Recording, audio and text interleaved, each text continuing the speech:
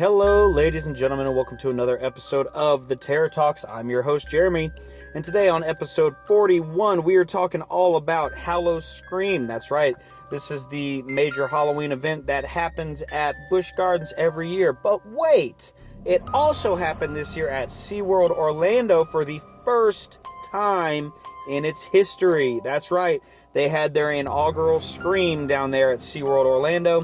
So that means that we had a Howl-O-Scream event at both SeaWorld and Busch Gardens this year. And I think we ought to talk about both of them. And that's what this whole episode is about, folks. We're talking about Howl-O-Scream. So we were privileged enough to get to attend this event this year. And we have to say we had a good time. We had a better time at one of them. And we had a worse time at the other one. And you'll just have to keep on listening to find out which one was which. Howl-O-Scream terrifies SeaWorld Orlando for the first time ever. A new terror has surfaced, and there's nowhere to hide. Howl-O-Scream has washed ashore at SeaWorld Orlando, and this time the fear is everywhere. Evade angry haunts as they rampage through scare zones. Seek shelter indoors, only to find you've entered a house of horrors. Deepen the thrill with a nighttime coaster ride. Quench your thirst for fear at a fiendishly interactive bar. Feel the monstrous electricity of a live show. Above all, try to resist the haunting song of the one who has emerged from the lake. Evil is calling, with a howl and a scream. Experience 27 nights of fully immersive fear this fall, only at SeaWorld Orlando. So, this was a fun event. It is going on until October 31st, and we're actually, as of the day that we're recording this, we are at the final stretch for it, so the only time you're going to get to see this, you only get 4 more chances this season to see it, and that's going to be October 28th, 29th, 30th, and of course Halloween the 31st. So that's this coming Thursday through Sunday, so if you haven't been yet, get down there, check it out. So we're going to be talking all about SeaWorld Orlando first. So first off, let's talk about some rides and experiences you're going to get there. So we did not get to experience a whole lot of anything. We got to ride one coaster. We did not get to do the themed bars and whatnot, which if you remember before we talked about these, the themed bars sort of go with each of the houses and whatnot. It was kind of an interesting way of doing it. We didn't get to actually go in and experience any of them, but we got to sort of check them out and walk by them. We did, however, get one ride in the dark, and that's one of the things they're advertising at SeaWorld. So they have 2 rides, literally, only 2. And it's funny because the thing that they used to advertise this says, it wouldn't be SeaWorld without a ride or 2, but it wouldn't be Howl-O-Scream without a dose of nighttime terror. After nightfall, every moment of fun comes with a splash of fear. Enjoy Mako, Orlando's tallest and fastest coaster, and Infinity Falls, Florida's tallest rapids ride in the dark.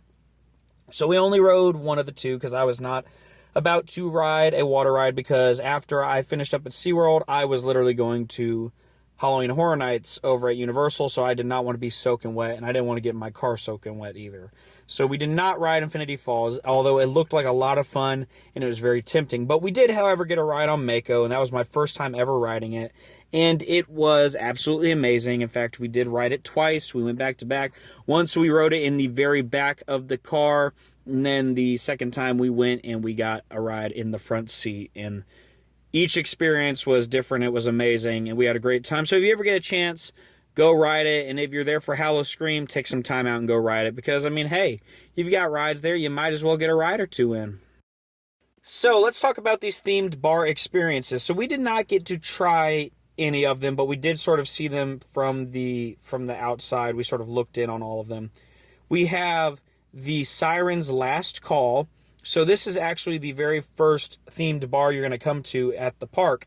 And it's right in the little courtyard when you first arrive. It's right there on your left. You can't miss it. And honestly, so the thing about this event at Orlando, at SeaWorld, they really went for an adult sort of theme here, because you can see it from where you're standing, there's a girl on a stage literally doing like some very risque dancing on a platform.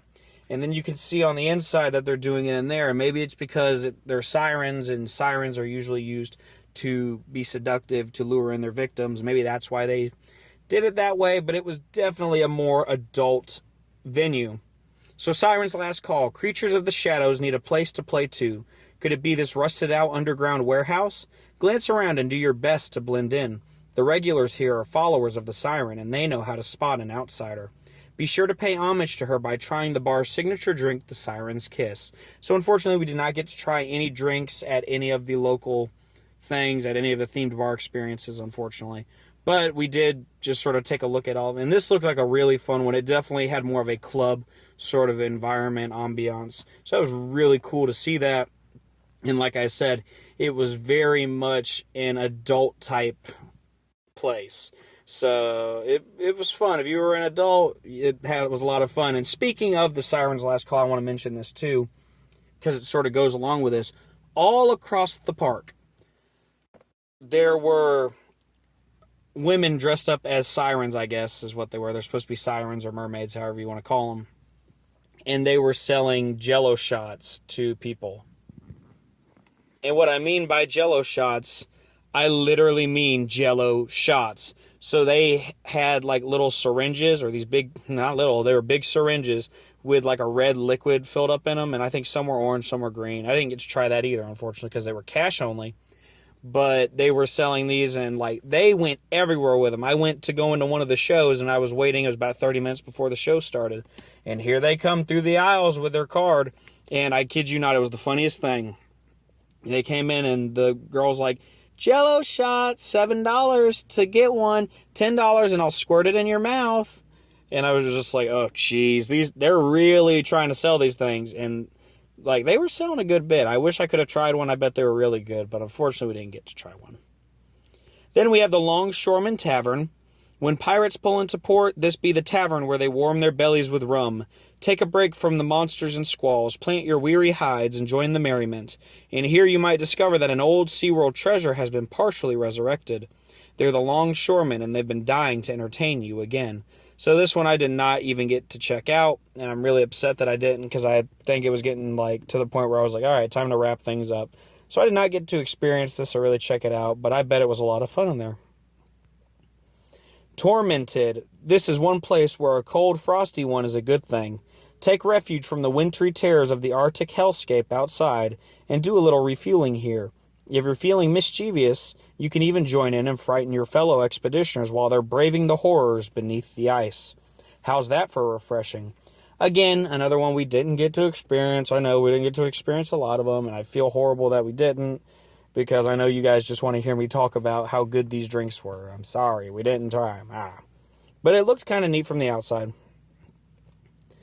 Poison Grotto.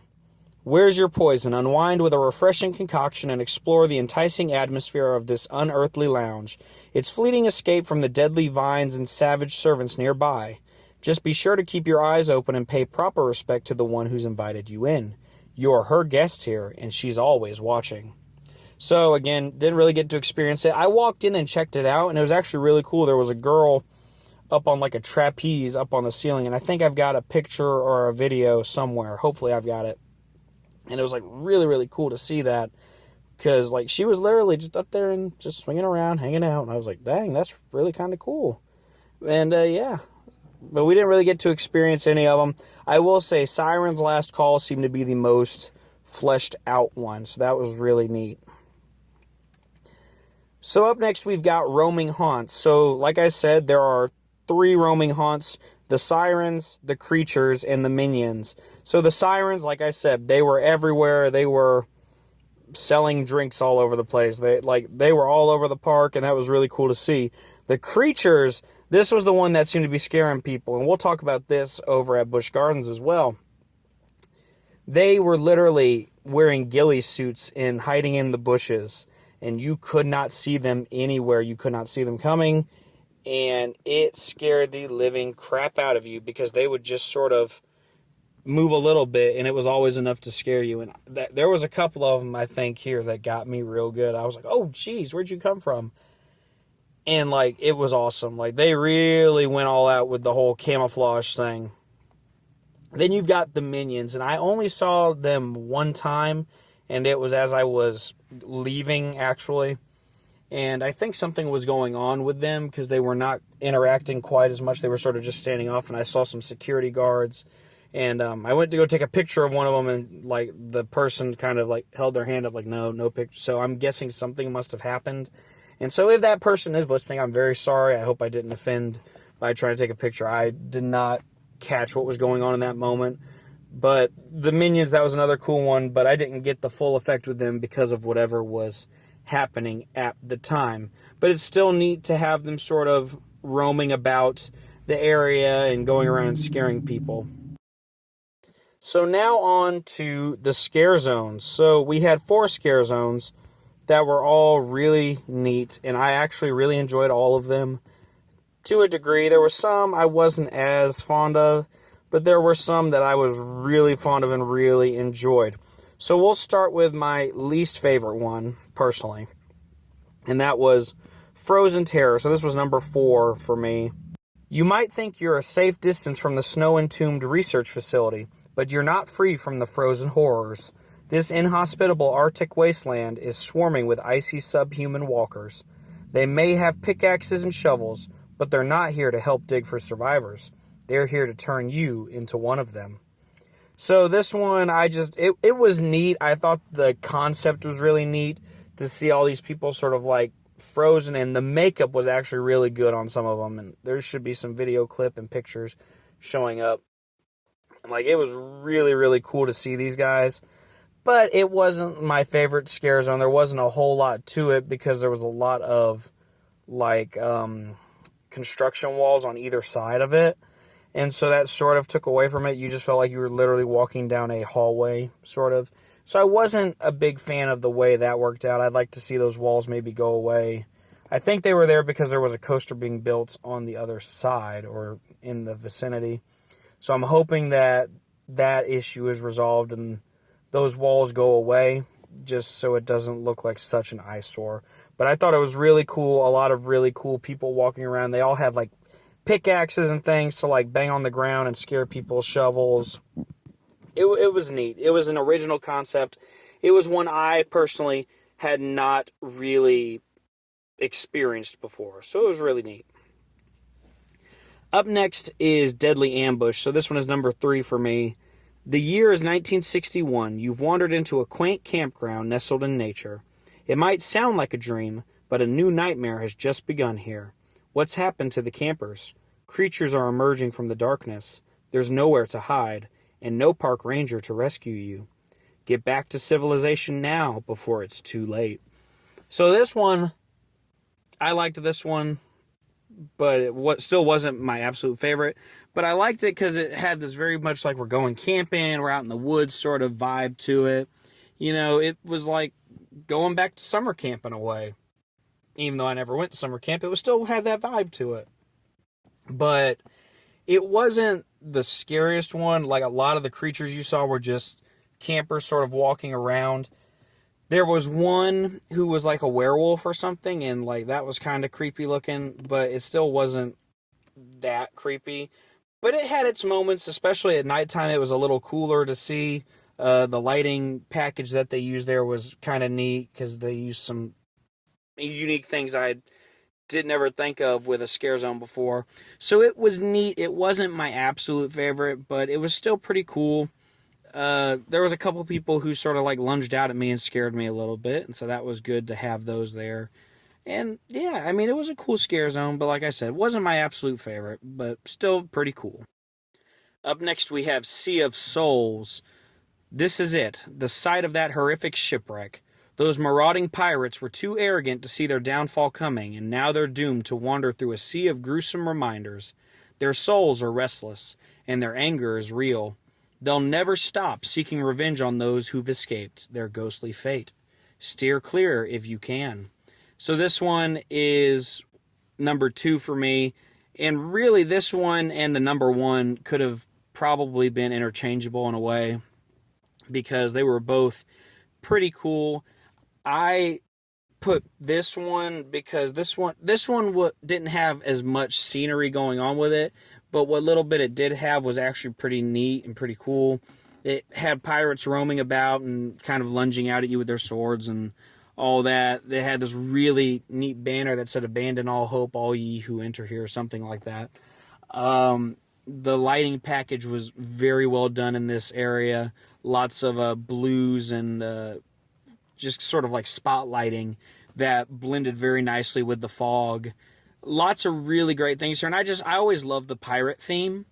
Anytime I go to an event like this, pirates is always a really cool thing that you can do. So I really enjoyed that one. Wasn't quite number one, and it didn't really scare me a whole lot. And I mean, I know scare zones aren't always meant to scare you, but, you know, I look for that sometimes with these. And yeah, so Sea of Souls number 2 was still a really cool scare zone. I really enjoyed it. It just wasn't number 1. So finally, number 1 for scare zones is Witchcraft Bayou. The cult is growing and the lure is powerful. It's hazardous to pass through this backyard bayou, but there's no way around. Voodoo and witchcraft aren't real, right? Tell that to the zealous worshippers trying to shackle you with their spells. They won't rest until your soul belongs to her too. Stay alert, or the dark magic will drag you down. So this one was my favorite scare zone to go through because it was very, very dark. You couldn't see a whole lot, and what little light you had was being used on the sets, and it was creating these really eerie sort of images of these bayou-type buildings, and people were able to hide. At one point, I was walking, and there was somebody literally hiding right next to me, and he jumped out at the proper moment and about knocked me on my backside. I got scared so bad. I was like, oh my God, where did you come from? So that was really cool to me. I thought the ambiance was entirely there with the way they did it. Like I said, the lighting package was great. Having the use of fog was great. It was very dark, very ominous. Definitely made you feel a little bit eerie about where you were and made you wonder if where you were was safe or not. But I really enjoyed that one. I loved just the interactions with some characters I had in there. They were really good. It was a fun scare zone, and it was definitely a creepy scare zone. It was the only one that like I really got scared a couple times in, so that was great for me. I love that I actually got scared in there. So those are the 4 scare zones ranked from worst to best in my opinion. So up next we have the show. So we did not get to see both shows. The first show is Siren's song, and it says, "The Sirens are here to tell their story and feast on your fears. Don't miss a moment of this mesmerizing outdoor show." So unfortunately I did not get to see that one. I do wish I could have, but just with the way it was working out, they only did 3 shows. And like they were much, much later in the evening, which I'm not really sure why that is the case. Maybe it's because it's an outdoor show. It's the only thing I can imagine with that. So that's the unfortunate thing is I didn't get to experience that one. But I did get to experience Monster Stomp Slasher Alley. And so I thought that was fun to get to check that out. And what they have to say about that one is, prepare yourself for a darkly entertaining, pulse-pounding musical performance starring the one and only Jack the Ripper. So we did get to watch that. And again, this was another one they only did 3 showings of in a night, which I don't understand because this one was an indoor one. So I don't get why they did it that way. But we do actually have a live recording from us there after leaving the show. So we're going to let you hear that real quick. And then we will give you our honest review on it. So here we go. Have a listen. All right, guys. So we just came out of Monster Stomp Ripper Alley, the show that's all about Jack the Ripper. It was interesting. It was an interesting show. Honestly, it didn't feel any different from like just going to Six Flags and seeing like Dead Man's Party or something like that. It had very much that type of aesthetic. You know, rock and roll concert meets horror sort of vibe. Like, that's what I got from it. I mean, it was cool. The singers were good. They did some cool effects and whatnot, but nothing really lackluster to write home about them. I mean, see it once, you've seen it, it's great. But yeah, those are just some personal thoughts about it. Singers did a good job on stage. I don't know really who was singing.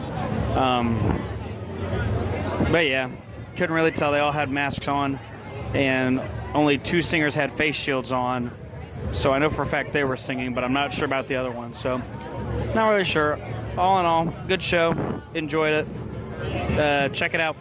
All right, guys. So Monster Stomp. This show was interesting, to say the least. I love, like, the whole very Dead Man's Party aspect of it, if you will. So if you've ever been to Six Flags, you know what I'm talking about. They have the Dead Man's Party show, and I thought, like, they did some really cool things with some effects and bringing a more modern sort of era of performance in, because they did things like, they did, like, the lit up bodysuit sort of thing where the people are, like, in a black suit that has glowing things on the suit to make it look like a skeleton was dancing around and stuff.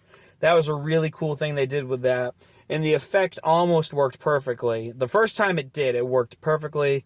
Second time did not work as nicely. Like, when it goes from Jack the Ripper standing there, there's a big flash, and then there's a skeleton standing in his place. And when they did that switch the first time, it worked beautifully with the strobe and the lighting effect, and that went beautifully. And when it went from skeleton to Jack the Ripper, when they switched back, it didn't work as well. And maybe it's because I knew what I was looking for. Maybe it's because I knew what to expect. I don't know. But you could see how the effect was done. I won't say how it was done in case some people have not ever seen that before, or, you know, don't want to know. But I could definitely see how it was done that second time, and the illusion was sort of ruined for me on that.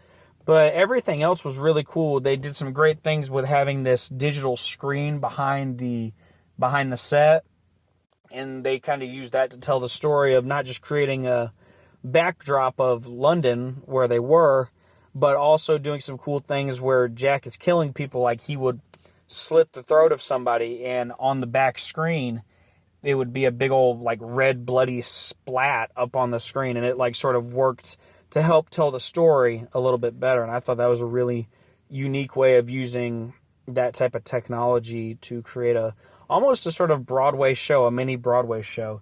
And the singers who were in it, they were really, really good. The only 2 I know for a fact that were singing was Jack the Ripper and the female lead, who I'm not really sure what her role is in the story, like who her character is, but she was very, very good at whatever she was doing, because, like, she could wail a little bit. And the only grievance I had, and I get why they did it, and I always hate to point these out, and I hate that we have to still talk about it when we're looking at certain things like this, but because they were live singing, they did wear face shields over their face. And so they had the microphone inside the face shield with them next to their mouth, and then you had the face shield out in front. And so everything was sort of coming out like a big bubbly type sound, like if you're inside a dome or whatever. That's sort of how the sound came out. And like I said, I get why they do it, and I understand, because honestly the audience is very, very close to the stage, and they are all in very close proximity to each other on the stage as well. And, you know, I understand for safety's sake, but at the same time, I almost wish if there'd have been a way to do that differently, to where they didn't have to wear those masks, or not the masks, but the bubble shield. I mean, that would have been better if they hadn't had, maybe if they'd have just not done the show at all, or if, I don't know. I don't understand how the whole singing thing works with it, if it's the same, because the thing is, the shield was almost like a Hannibal Lecter kind of mask, but it was right over the nose and mouth. And so that was the only grievance I had, was it just made the sound not sound as great as I would have liked it. And I just noticed it, and your eye caught it instantly. And all the other actors just had on, like, cloth masks and whatnot. So I'm not 100% sure that they were singing. I think their voice part might have been tracked possibly, but I'm not positive on that. But other than that, it was a good show. It definitely used more modern type songs. than what I personally like to listen to, but that's just me. I'm an old soul. I like the older genres, classic rock, that type of thing. And so they were using a lot more modern type of things. I can't really name anything at this point, but they had Evanescence in there and did Wake Me Up, and I guess that wasn't quite modern. But it was a cool little sequence they did with that. Again, this was a more adult show at moments. There was a scene where they were basically, I guess, in a strip club, or what would have been considered a strip club back in that day, and the girls were doing like some strip club type dancing in the show too. But I mean, it was really good. It was well choreographed. The ones that were singing did a really good job. The set was pretty simplistic in its design and whatnot. It wasn't too crazy or anything like that. I feel like the team did a really good job. One thing that was kind of interesting was before the show started, about 10 minutes before, the actors would actually come out into the house with their lanterns and whatnot, like they were part of the world, and kind of acted like they were on the run from Jack the Ripper, and they were all scared, and there were like screaming noises and thunder. Like, they did a really good job of setting up the ambiance of the show. And I thought that was a really cool thing that they were able to do with that. So good on them for that. It definitely made for good showing, and I enjoyed it. Definitely a good show. I would probably see it again. So yeah, really good show. So now we've talked about everything with this event except for arguably the most important part, which is the haunted houses. So let's talk about the haunted houses. So again, we will do these in descending order, and we're going to go ahead and just play you the live clips of us but coming out of each house. We do have clips from all four of them, and just let you hear our initial thoughts and the order we went through, and then we will give you the order that we ranked them afterwards. So I'll just tell you now, the order we went through them was Beneath the Ice, Dead Vines, Captain's Revenge, and then we ended with The Water's Edge Inn. So that's the order that you will hear these clips now. So enjoy. Okay, so we just finished our first house for Howl-O-Scream at SeaWorld Orlando. We started off with Beneath the Ice. And yeah, that was a pretty cool house. It was about what I expected, You were in a icy base camp somewhere, and a lot of things were coming at you. There wasn't a whole lot of, unique creatures or anything like that in this house. In fact, it was pretty human, if you will. It was a lot of human type things that were coming at you the whole time. But it was still a really cool experience. I enjoyed it. It was about everything that I really expected it to be. I think SeaWorld did a pretty good job with creating an interesting concept for a house. I was impressed. I enjoyed myself. It was definitely cold through most of it. I don't know if that had anything to do with the environment or if it was just because we were inside of a building that is naturally cold. But it was definitely a cool house. Definitely enjoyed it. And yeah. Like I said, this was one of my top ones that I was anticipating for the event. This was my top, one of the top. This one and the Dead Vines one. Those were my two tops. So very excited to see what the rest of the evening holds for us. And I think it's going to be fun. We're going to try and do all the houses. We're going to try and watch the shows if we can and get through each of the scare zones and try to get some rides done as well. So, all right, but yeah, so that was Beneath the Ice, and a lot of fun. All right, guys, so we just did Dead Vines, and it was all right. Wasn't a whole lot of scares, really. A lot of them were sort of like camouflaged scares, like the ghillie suit type of scares, so wasn't really jumping a whole lot personally. The group I was with, they all seemed to be getting a lot of scares, but me, I just was just kind of there. Wasn't really a whole lot to enjoy or have fun with. So yeah, it is what it is, but all in all, still cool theming. I like the whole jungle thing. It's always a neat little scenery. So it was fun though. Had a good time with it. Thoroughly enjoyed it. But not one of my top favorites. Not really sure where I rate it right now. Thinking about taking a ride on Infinity Falls just for the heck of it. So we'll see. I might do that. Check back in with you guys later. All right, see you. All right, guys. So we just finished Captain's Revenge, and that was pretty good. I think that one might have been my favorite one, just because of the sheer detail and the whole ambiance that you felt as you went through it. Like, it was done very, very well. I was actually very impressed with that one.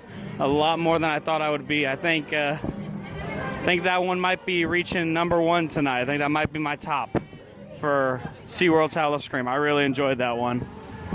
Now, there's just so much cool details happening. A lot of good scares in there. I actually jumped a lot in that one. Lots of really old school haunted house gags, you know, with the dropping paintings and whatnot. That's always a cool one for me. And they did a really good job with that house. And yeah, I think that was it was awesome. That's all I can say about that one. I really enjoyed that one. Loved the detail work. The facade at the beginning of it was just incredible. Really enjoyed it. And yeah, I can't wait to see what else we got. We've been through most of the scare zones, and actually I think we've been through all the scare zones. We've been through all but one. We're gonna go check that scare zone out now, and I'm gonna try and check out one of the shows. We might not get to watch both, but we're definitely gonna try and watch one of them before we go. Oh jeez. And that was me getting scared by one of the roaming haunts. I forget they can literally be anywhere. So, all right, guys. Well, we'll check back in with you after we have watched our last haunt, or gone through our last haunt, and watched the show. So yeah, we'll check in with you guys a little bit later. All right, guys. So we just finished our last haunt for SeaWorld's Howl-O-Scream event. It was the Water's Edge Inn, and it was all right. I wouldn't rate it as a top one. I thought the detail work in there was pretty interesting. It was pretty cool. They did a good job on that. But not really many scares for me. But I mean, it was a cool aesthetic. The aesthetic was very nice. And it was interesting. It was very interesting. There was only house with a chainsaw at the end. So, you know, I'm a sucker for chainsaws at the end of a house. That's always great. But other than that, you know, nothing really to write home about. But we'll have to wait and see where it falls on the hype list. All right, guys. Well, we will see you guys later. All right. So you heard some of our live thoughts, and I think by hearing them, you kind of know where we stand on where we rated these houses and whatnot, but we're still going to break them down for you and just talk a little bit about each one and go through it. So coming in at #4 for me was Dead Vines. Something is stirring among the trees. A shiver runs down your spine as you creep forward, one timid step at a time. Is this jungle alive or undead? There's an ominous force at work here, a merciless mistress of ivy and evil. She's poisoned these woods with an all-consuming appetite for visitors like you. Keep moving and find a way out before it's too late. You don't want to end up dead on the vine. So Dead Vines is located sort of in the back part of the park by the Infinity Falls attraction, and you sort of wait in this giant long line to get into it. It was not my favorite haunt, just because I feel like this one was not themed out as well as the other ones were, personally. I feel they could have done a little bit better with the theming of the overall aesthetic of it. There weren't really any scares for me in there. I didn't really get a whole lot. And what few scares I did see, I mean, they weren't that unique. It was usually people in ghillie suits for most of it. I was really sort of looking forward to this one because I thought the whole vine bayou type theme would be really cool. And honestly, I was really let down with this one. It was not one of my favorites. The people I went through with were like, oh, that was cute. And honestly, I heard some people saying it was better than Halloween Horror Nights, and I just did not get that at all. That is not the impression I got from this, so I was really shocked to hear people say that with a straight face, because I would never. But, I mean, it was an interesting concept. It was a neat sort of way to start off with, but it just wasn't great, and I just wasn't a fan of it, honestly. And this, like I said, the sets weren't great. The scares really didn't come. The characters you met in there weren't that interesting. So, unfortunately, Dead Vines is sort of in the back for me. It's not number one. Not even close, honestly. So, Dead Vines is coming in at number 4. Coming in at number 3 is Water's Edge Inn. This inn sure doesn't look like the pictures in the review. From the moment you arrive, you can feel that something is terribly wrong. Every crumbling hallway and decaying room is crawling with restless souls. Maybe those wild stories about this place's sea-crazed owner and his search for the Sirens were true all along. Having second thoughts about checking in? Don't worry, the staff will be right with you, everywhere you turn. So this one is one of the first houses that you'll actually come to when you arrive at SeaWorld's Howl-O-Scream event, because, one, when you come into the main courtyard, you will actually pass by the exit to this one, and then as you're coming through the beneath the ice, or not beneath the ice, but the ice scare zone, or whatever, you will actually come to the entrance of that. So I'm not really sure why that one is where it is, because it doesn't really match up, and maybe it's just because there was no other way to connect it to everything. But this one came in at number 3 because, one, I didn't get any of the scares. I really didn't get scared in this one at all. But the detail work in there was very, very good. I thought they had some really cool sets in there. You actually felt like you were in an old inn at the lighthouse or whatever. It looked like a totally different place. And they built it in like one of those little round gazebo type things. So I was really impressed that they were able to create that set in that round gazebo. Because, I mean, that's not a whole lot of space to work with. And they actually manipulated it pretty well to create this hotel, basically, or this inn. And I really enjoyed it. Like I said, the sets were really good in there. Not a whole lot of scares as I went through, but it was still kind of neat. Coming in at number 2, Beneath the Ice. In the icy wilderness above the Arctic Circle, a research facility was lost, buried under snow, and cut off from the outside world. Something compelled you to join the rescue party, but doubt is creeping in. Was that laughter or the wind? That shiver you feel isn't just from the cold. These chambers aren't just frozen tombs. They're pulsing with unspeakable horrors, and you'll have to stay frosty and alert to survive. So this one is, as soon as you come through the ice scare zone and you go past the Water's Edge Inn, you come to this other sort of courtyard of sorts, and it's right there. And there's not really a facade to it. In fact, many of the houses didn't really have a facade. There's only one that did, and we'll get to that in a minute. But this one was number 2 because there was a lot of scares in this one. The theming wasn't really there. I mean, it was really just a very dark house, and in fact, the theming was mainly just a bunch of boxes. You felt like you were in sort of a military zone. Lots of clanging metal things and metal shelves and whatnot. But that was it. I mean, there wasn't a whole lot of theming done in this one. The costumed actors weren't really much to go on about, but there was a lot of scares in this one. And I really appreciated that because there were so many scares. This was actually the first haunt we went through that night, and it was a great one to start off with. And I got to lead the group. And in fact, most of the haunts that we went through, in fact, 3 out of 4, I got to lead the group in. And so I was very, very pleased to do that. And I really enjoyed this one. It wasn't quite number 1 just because the detail wasn't there. But like I said, the scares were actually really good. They were very simplistic, too. That was the great thing. You know, they would just sort of come out from behind a thing. And what was also interesting was you would come into rooms where there were several little places they could hide. And so you were always expecting it, and they'd always come from the one that you wouldn't expect. So that was a really neat way of getting some scares from people. I really enjoyed this one. I thought it was an innovative idea. It was something different, and it didn't require a whole lot of setup. Finally, we come to number 1, Captain's Revenge. A tempting and terrifying force has possessed those who once labored aboard this vessel. Against every warning, you descend into its dank underbelly in search of the captain who swore revenge on you. What grisly horror lurks around the next dimly lit corner? Creaks and groans fill the musty air. You're surrounded by what remains of the ill-fated crew. It's time to find a way out before they find permanent quarters for you.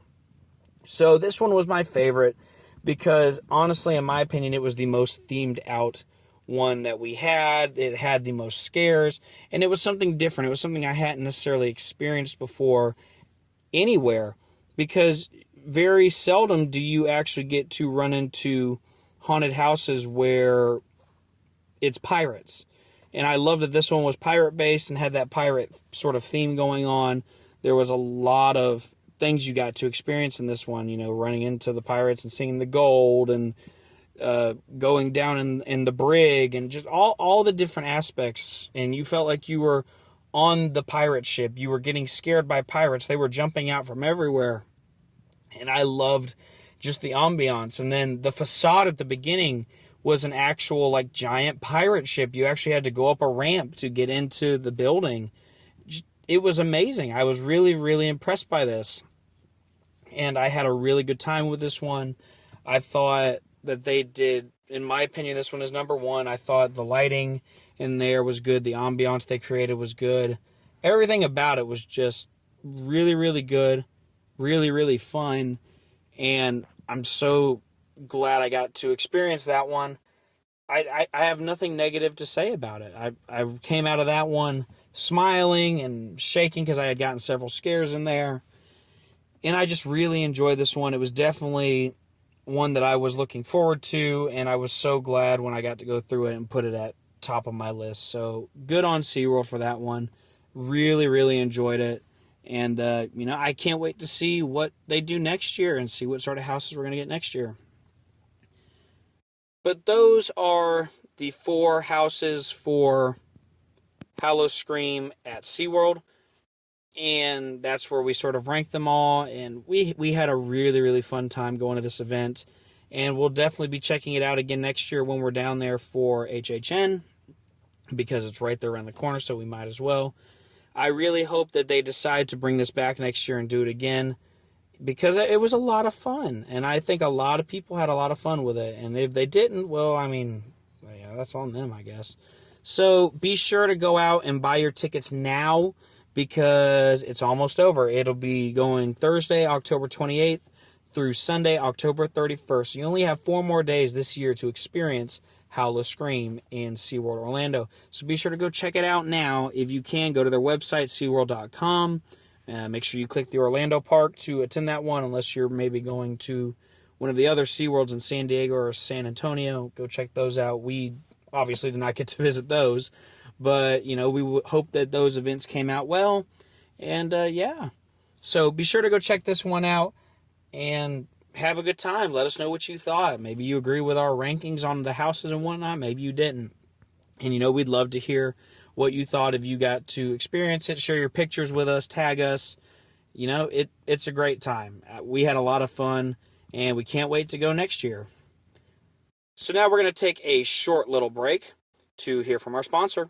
And then we're going to be talking all about Howl-O-Scream at Busch Gardens. So don't go anywhere. Hey there, Terror Talk fans. Are you looking for a new way to let your voice be heard?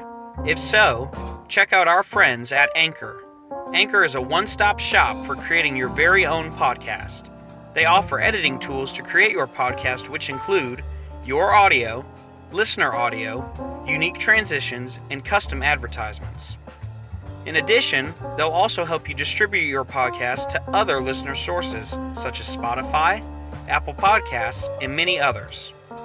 With this unique app, you also have the chance to get paid for your podcast by simply placing ads for various sponsors in your videos. Best part of it all? It is 100% free. Anchor does all the work for you and makes podcasting as simple as turning on a light. Download the free Anchor app or go to anchor.fm to get started. That's ANCHOR.FM. Whether you're new to podcasting, doing it as a hobby, or hosting a professional show, Anchor is the place for you.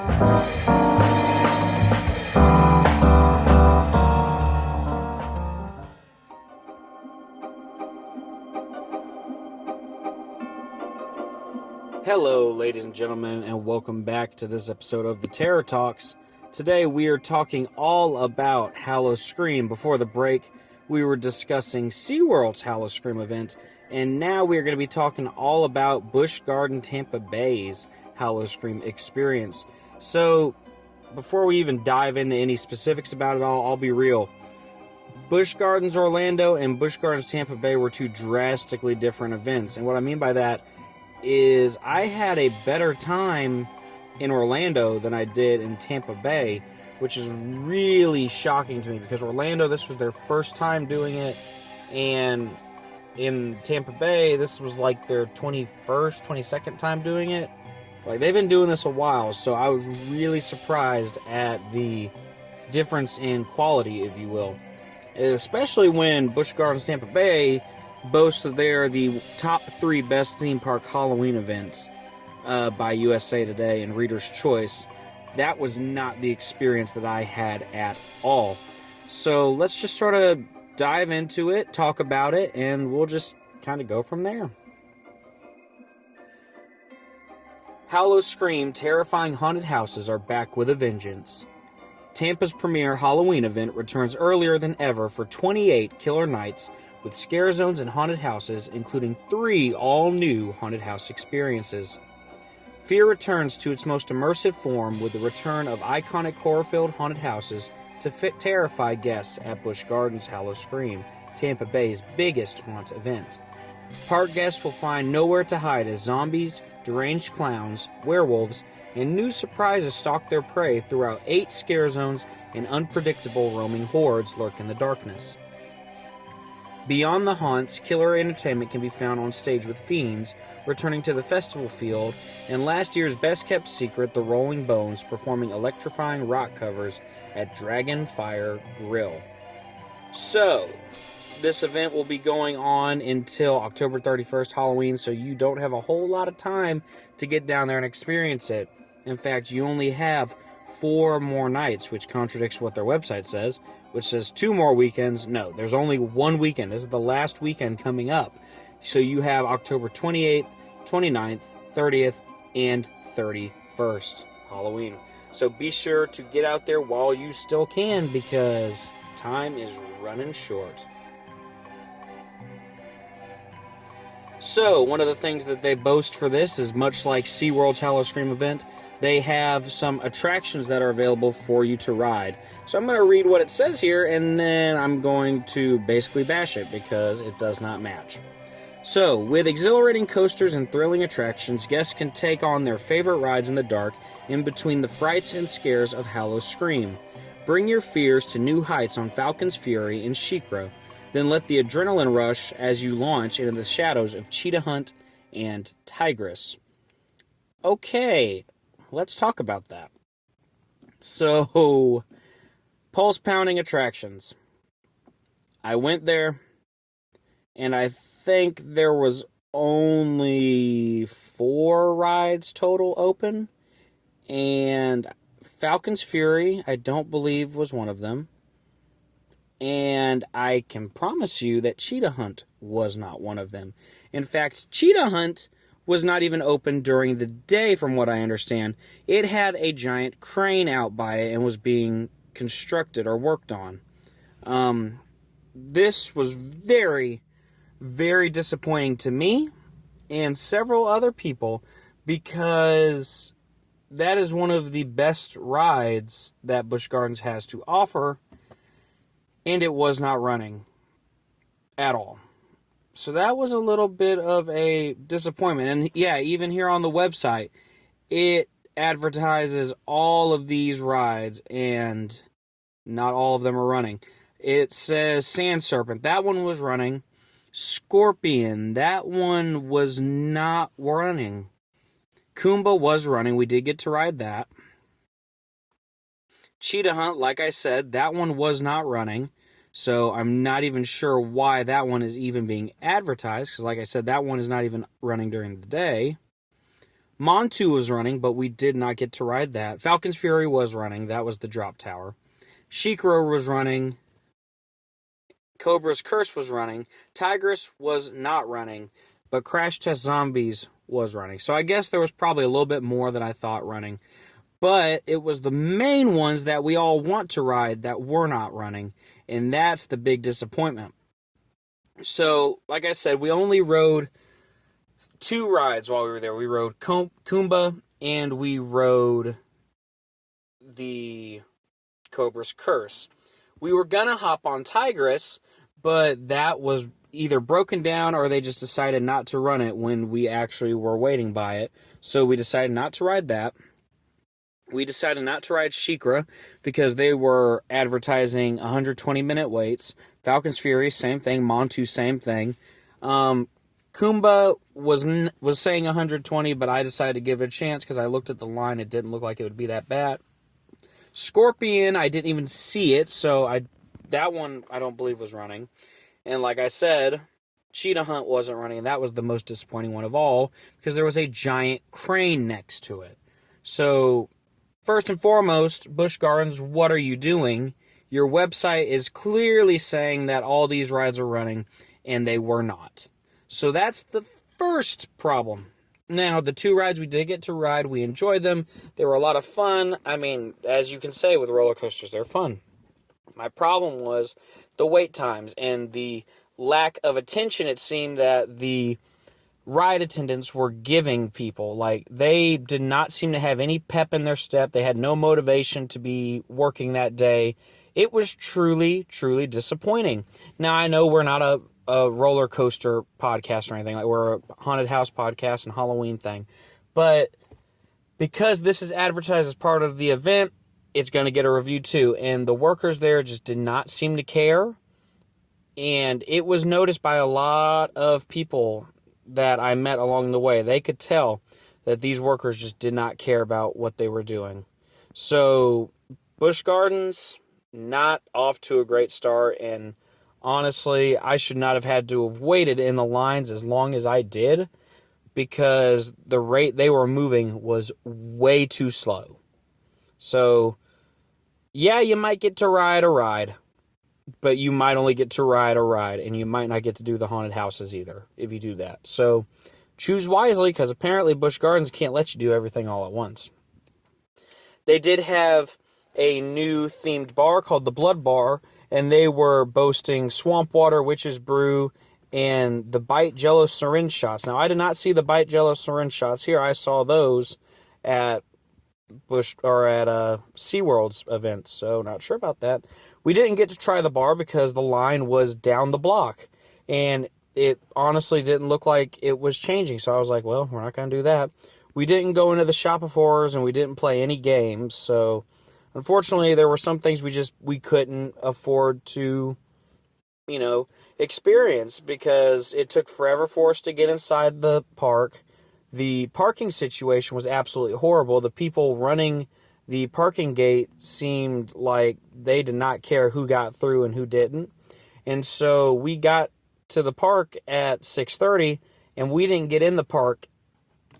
Actually, we didn't even get to start walking towards the gate until 7:30, and I didn't get inside the park until closer to 8. So it was overcrowded as all get out, and there was just no remote care in the world about how people got in there, and that led to us missing out on a lot of stuff, which brings us to the next thing we missed was the shows, the Rolling Bones and Fiends. These were 2 shows that we did not even get a chance to go watch because, one, we could not find them anywhere. There was no clear direction of where they were, and we just didn't have time to go check it out. I mean, we were so busy trying to get the haunted attractions done that we didn't get a chance to do the shows because it was just that overcrowded, and Busch Gardens did not know how to deal with a crowd. They were not equipped, in my opinion, for something that big. And honestly, what's sad to say is, Universal Studios has an even bigger event with roughly the same crowd, and they handled it better. So what is going on? And I actually talked to some people at Busch Gardens, some customers, and they say it's been getting bad over the past couple of years. So that's really good to know, because that may affect our decision on if we even bother to return next year. So we didn't get to see the Rolling Bones, we didn't get to watch Fiends, and we didn't get to see Cirque X Scream, which I'm just now hearing about. I don't even remember this being advertised. So, whatever. Guess we didn't get to experience those things. Up next, we've got hidden scare zones and roaming hordes. We did experience a lot of this, and this was one thing I could give them a lot of praises on, was throughout the park, you would just see random signs that said, like, basically you're entering a zone that is like a scare zone, but it wouldn't be like a posted scare zone. And this was the area of the park where a lot of people were hiding in the bushes and ghillie suits, that type of thing. And that was really effective. In fact, those were some of the most effective scares, was from those people hiding in the ghillie suits, because you never saw them coming. And those are the ones that scared the crap out of me several times. I was like scared to death of them, because they came from all sides and from all levels. Like, they did a really good job with that, because you never saw them coming, unless, like, there was one time I noticed them, and it was because they were doing a cash change, I guess. And that was the only real time that they had a very apparent presence. But other than that, they remained pretty much invisible. I was really impressed by that. And, I mean, they did a great job with that. That's about the only thing I can say they did a good job with, and we'll get into that now. So, we had 8 scare zones. And honestly, the first thing I can say about the scare zones, they weren't that good. Everything was too spaced out in this park. That's the problem. I feel like either they need more scare zones, or they need to find a way to make it where everything is evenly dispersed. Because what would happen is you'd go through one scare zone and then you wouldn't see anything again. And that was disappointing. And so, honestly, because there are so many scare zones, we didn't rank them. We're not doing like a 1 through 8 kind of thing. So, I mean, there's just too much to try and go through, and, you know, we're not even going to do all that. We'll rank the houses and where they stood on our list, but the scare zones, we're just going to talk briefly about all of them. So, Voodoo, this is new for 2021. Driven out by the bayou by ravenous werewolves, the witch doctors now practice their dark magic on you as they pursue their twisted revenge through ancient curses. So this one we experienced at the end of the night, and honestly just sort of ran through it. It was really dark. There was a lot of, like, creepy voodoo people walking around, lots of little houses and whatnot. This was actually one of the more themed out ones, and this one was pretty cool. I enjoyed going through there. There was some really cool designs and whatnot up on the walls of the buildings around us. So that was really cool that we saw that and got to experience that scare zone. But that was one of the cooler ones. That was the one that I enjoyed a little bit more. Skeleton Crew. Rising from their watery graves, shipwrecked pirates seek to plunder the world of the living, taking all lost souls as their bounty. This was another one I really enjoyed. Not really all that themed out. There was a couple set pieces in there, but I don't know. Honestly, between this one and the one in SeaWorld, I feel like SeaWorld did a much better job with the pirate theme. This one just didn't really impress me all that much. I mean, it had some moments. There were some good pirates in there, and there was a couple good set pieces in there, but it just was not a fun one for me. I think most of the time when I was going through that one, I was either hungry or thirsty or tired as all get out or irritated. So I was just sort of just running through that scare zone, but it wasn't great. It really wasn't. In the shadows, eerie legends and horrifying myths passed down through centuries of ghost stories have gathered in the woods, turning wary skeptics into doomed believers. So this is a new one. And it made such an impact on me that I can't even remember it. Honestly. Like, that's what some of these scare zones were. Like, they did not leave any type of long-lasting residual effect on me at all. And this was one that I really don't remember even going through, or at what point I went through it. I don't remember what was going on in it. So this one was not a good one. So the only thing I can remember, I can't remember much more about it, honestly, because it just wasn't that impactful to me. So, yeah, that's all I can say about it. The shortcut, cutting through the cemetery, may seem like an easy way out, except when the corpses rise from the ground only to drag you back into their graves with them. So this one was just your standard sort of graveyard one. I think I was expecting a little bit more because the imagery on all of these makes each little zone look really, really good. And this one was okay. I mean, you walked amongst some graves. There wasn't really a whole lot of people in there. And did nothing really jumped out at you or scared you. It was very dark, though. It was a very dark scare zone. You couldn't really see a whole lot. It's just, I guess it just wasn't what I expected. I don't know. I mean, honestly, like I said, Busch Gardens really let me down with this. The Junkyard. You'll find more than spare parts as you rummage through this surly scrap site. Will you make it out in one piece or be devoured by the haunted rubble? So this was one of the more really themed out ones, and this isn't even really a scare zone. I mean, I wouldn't call it one, because the way you get into it, it's almost like a mini haunted house off to the side, because you can only go like one way around it. Like, there's nothing in there. And the way it's designed is literally designed to basically be sort of like a mini haunted house, because you don't get anywhere by going through it. You go in one side and you come out like next to where you came in. But, I mean, this one was actually really well themed out in terms of making it look like a junkyard. There was a lot of scrap metal and stuff, and lots of things to beat on and whatnot, and places for people to hide. And so this was one of the better ones. Very well themed out, but honestly, it just seemed sort of pointless because it didn't really lead to anything. Little Nightmares. Take a creepy walk down memory lane to the bygone era of papier-mâché masks and homemade costumes, sure to stir up the nightmares of your childhood. So this one is sort of like a trick-or-treating kind of scare zone, because there's a lot of, like, doors kind of sitting out there and creepy people in masks sitting on the doorstep and whatnot. And so I think that's sort of what this is meant to be reminiscent of, is that sort of homemade Halloween costumes, basically.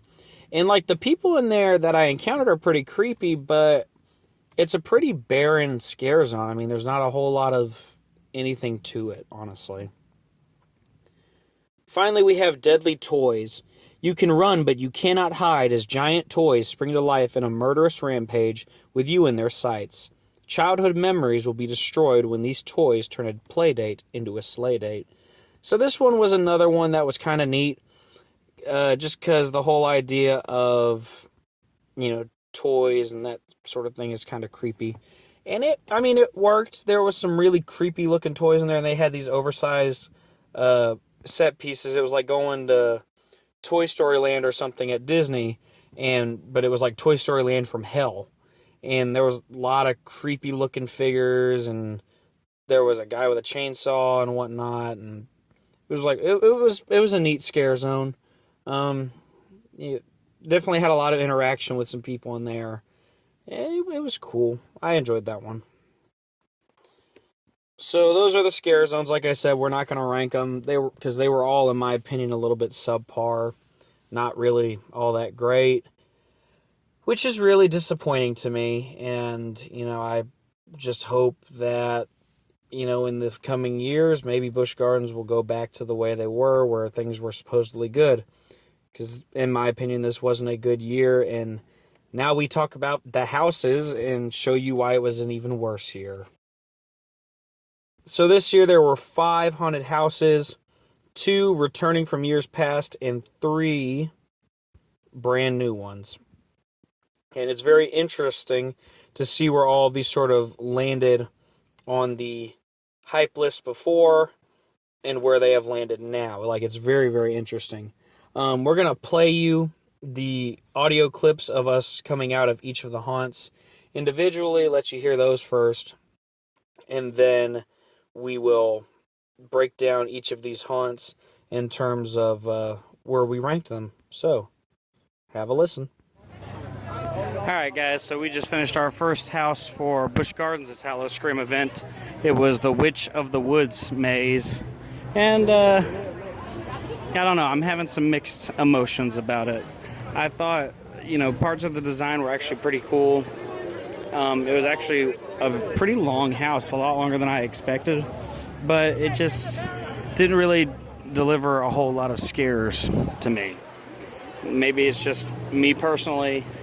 But I mean, it seemed like there was a lot of opportunity for scares, and we didn't really get them as much as I would have liked.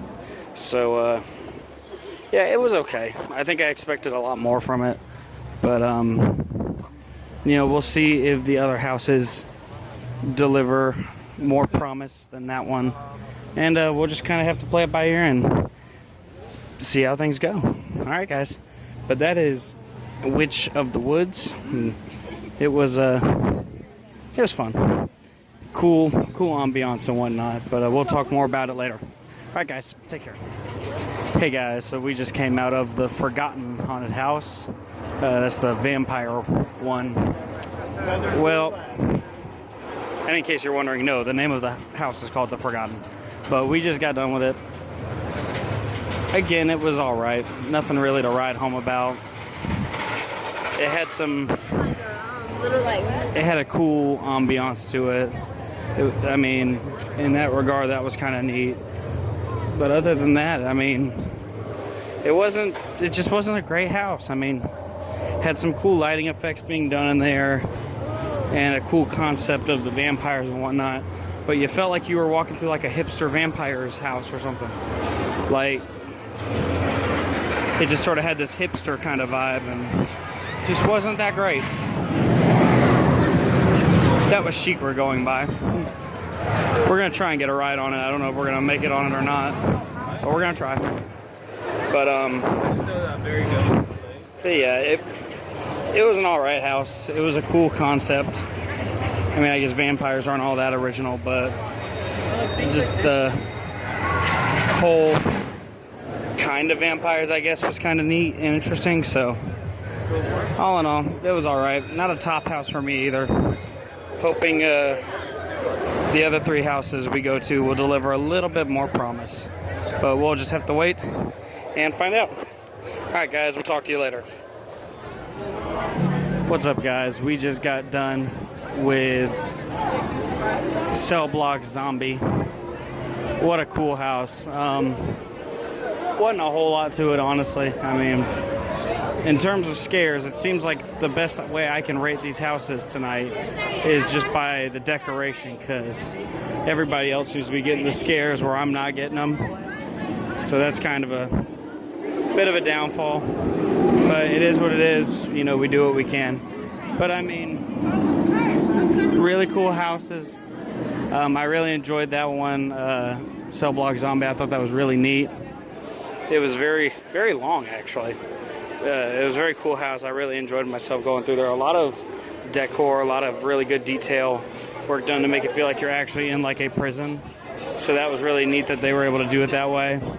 And I really enjoyed myself. So I think that one might have made it to the top of the list. So we'll just have to wait and see.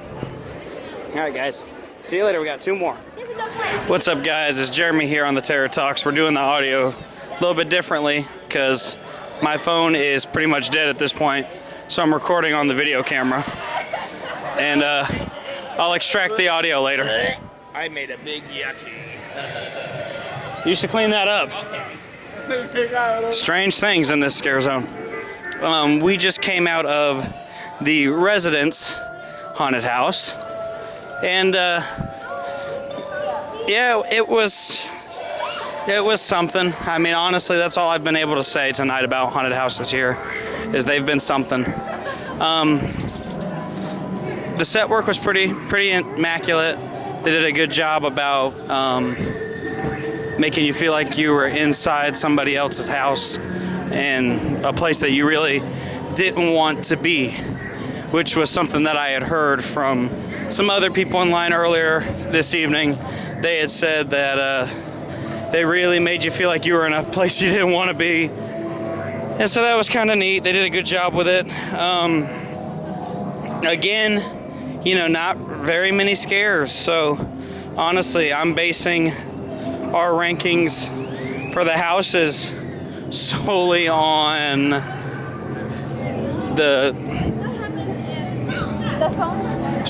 designs and such. So unfortunately, that's not much to go off of.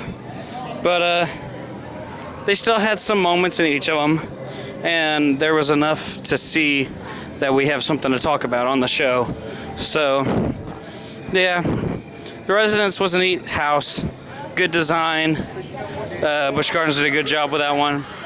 But yeah, you'll have to wait for the full episode to hear my full thoughts on the event as a whole. And yeah, obviously I guess when you're hearing this, you'll be listening to the full episode. So alright guys, well, we got one more house to hit. We're gonna hit it and call it a night. Alright, here we go. Alright guys, so we just did our last house of the night, Deathwater Bayou Blood Moon. Can I remember the name of it? I had to turn around and look at it. Yeah, that was the best house of the night. I can safely say that I had the most fun with that one, and got all the scares in there. It was like they went all out at the very end, so that was great to experience that. The set work, the design of everything was really, really cool. And yeah, it was a really cool house. I really enjoyed it. It was a great way to end the night. And I think I can safely say that one is going to be number one on the list. So very, very pleased about that. And yeah, can't wait to dive more into my thoughts on it all. And that'll be very soon. All right, but yeah, guys, we will talk to y'all later. See ya. All right, so you heard our thoughts on all of the haunted houses at this event. Now we're going to break them down for you guys and let you know what we thought about each of them. So coming in at number 5, and I think this is going to come as a shock to some, but it is actually one of the new haunted houses for this year, entitled Witch of the Woods. Something wicked this way haunts. An ominous legend summons you with her inescapable curse. Curiosity has brought many travelers into this dark forest, but only bone-chilling stories and dying screams make their way out. So this one comes in at number 5 because, this was a new haunt for them. This was brand new, and I expected it to be really, really good. I loved the whole witch theme, going into the woods, being out somewhere you really didn't want to be. And I did not get a good delivery in that haunt at all. In fact, I was very disappointed. There was next to none on scares. Absolutely nothing.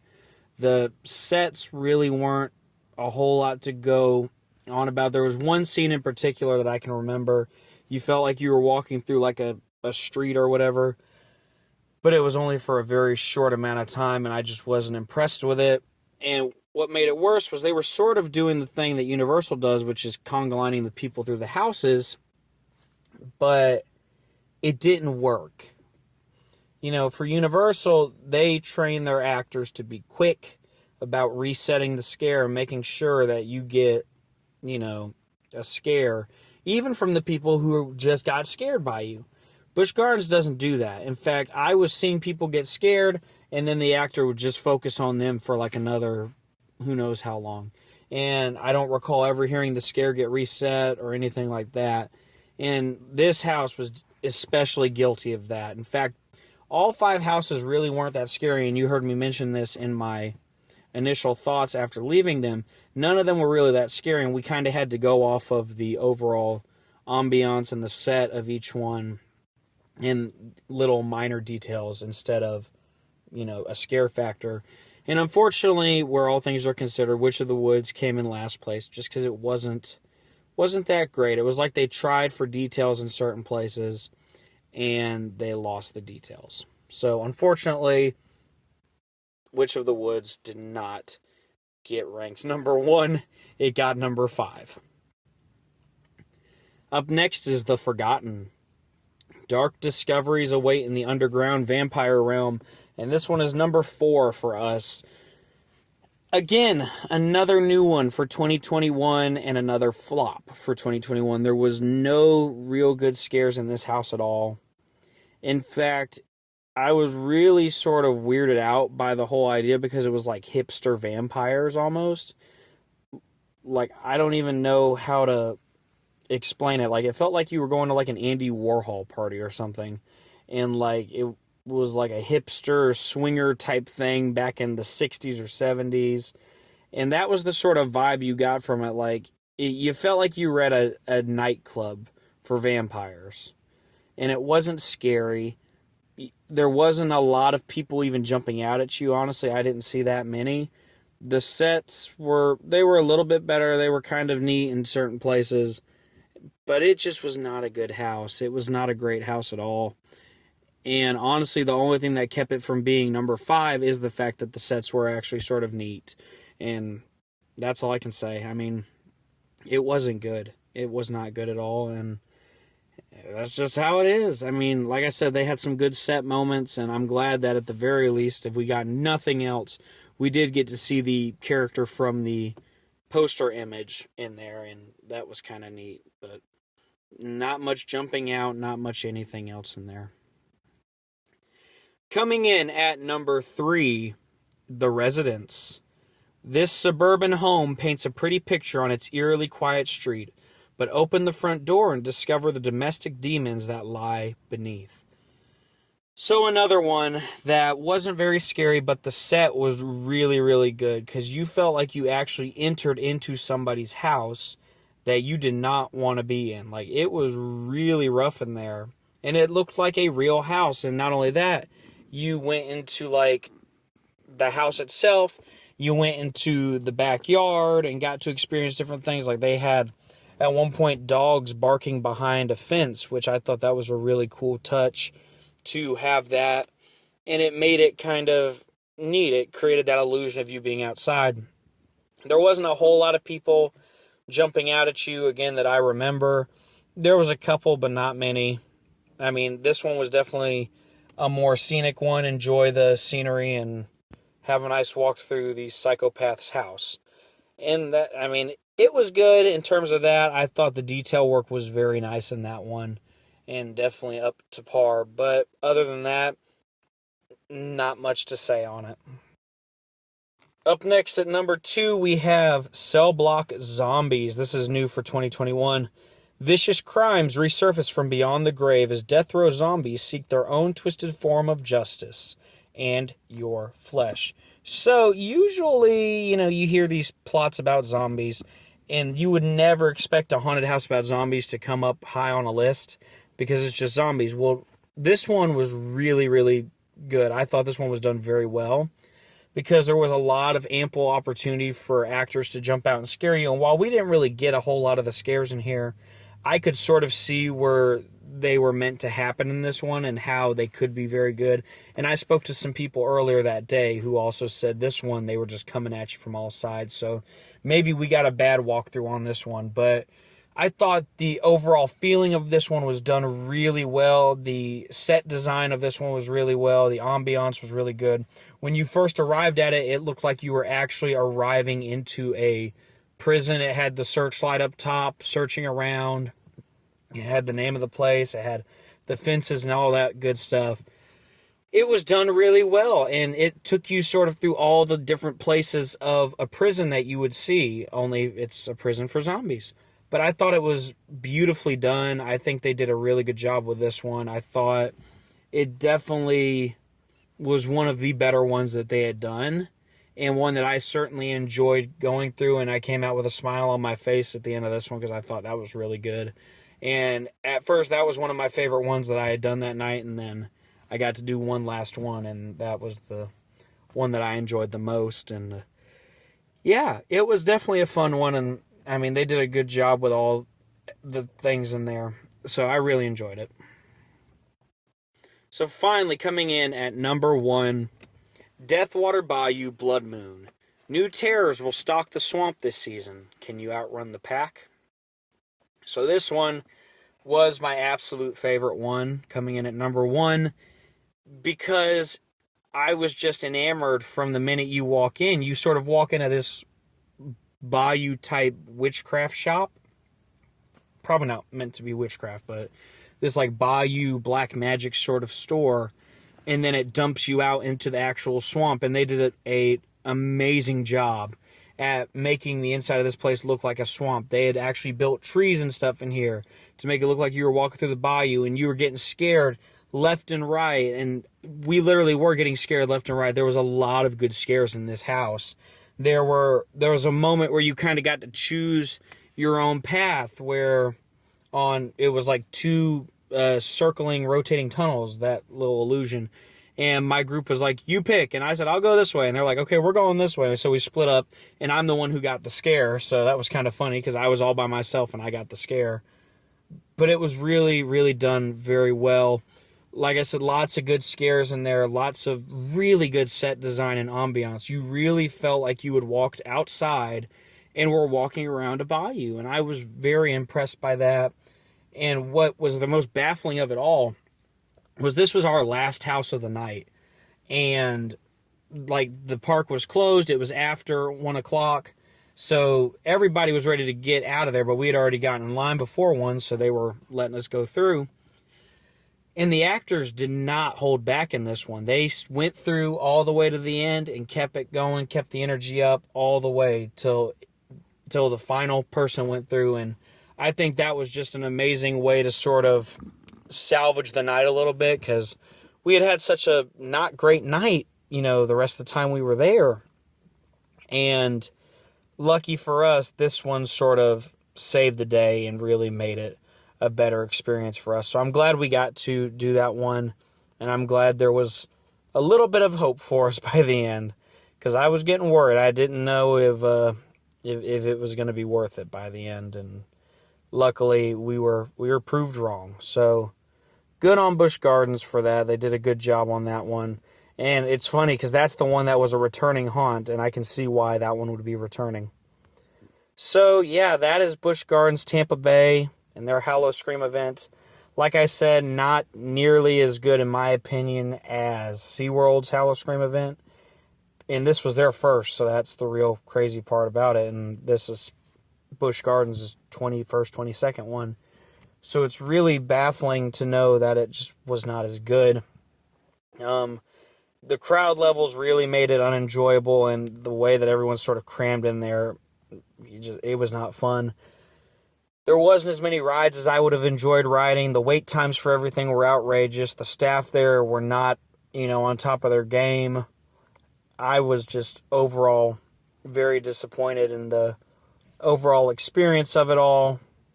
I could go on forever about what a bad experience it was, but I don't want to beat a dead horse about it too much, just because, maybe we had a bad night, and, I'm fine admitting that it is a possibility, but there's no way to know for sure. And so our experience was less than satisfactory, and I just hope that in the future, they do improve upon the things they need to improve on, because from what I understand from talking to people who've been attending the event frequently, it has been going downhill for a couple years now. So I'm hoping that that's really not the case. I'm hoping that Busch Gardens is going to hold themselves in a better position than that, because if they don't, they're going to lose a lot of people, especially in Tampa, because a lot of people can leave Busch Gardens and go up to Screamageddon, which is there in Tampa as well, and probably have a better haunted house experience. They might not get the rides and whatnot, but a cheaper and better haunted house experience probably. So they got to really think about it and reevaluate for next year. They really do. If you want to go and attend either one of these 2 events, whether it be SeaWorld Orlando or SeaWorld Busch Gardens Tampa Bay, be sure to go online, get your tickets now. You only have 4 more days for the 2021 season, October 28th, 29th, 30th, and 31st, and then that is it. It is done. So you want to get down there as quick as you possibly can and enjoy it while you can. Because once it's done, and there is no going back. Won't see it again until next year. So be sure to get out there and check it out while you can. But that is going to do it for us today here on episode 41 of the Terror Talks, talking about Howl-O-Scream at SeaWorld and Howl-O-Scream at Busch Gardens. We hope you enjoyed this episode. If you did, be sure to hit that like, comment, and subscribe button. Let us know what you liked and what you didn't like. If you want to send us a message, you can send us to one directly at theterrortalks@gmail.com, or you can message us on any one of our social medias. We will respond promptly to you. Be sure to go check out our website to read all of our haunt reviews. You can listen to us on all of the listening platforms. We are on Spotify, Apple Podcasts, Google Podcasts, Stitcher, and a collection of other ones as well. If you want to give us a little bit of extra love and support, you can go subscribe to our Patreon. Every dollar that you subscribe with goes towards making our videos better, increasing our content, making better content. Whatever you want to do, you can do. And we also have a donation link you can click on to donate money to us if you would like to do it that way. Instead, you want to just make a monetary donation. Every little bit helps, whether it be a penny, $1, $10, you name it. We are appreciative of it always. Finally, we want to thank you guys so much for being a part of our show. We cannot do the show without you, and you truly are what makes this show what it is. You are the bread and butter of all of this. So thank you for tuning in each time we put out an episode and joining us for it. We couldn't do it without you. But that is going to do it for us today here on episode 41. So until next time, be safe out there. Don't text and drive. And be excellent to each other. We'll see you in the fog.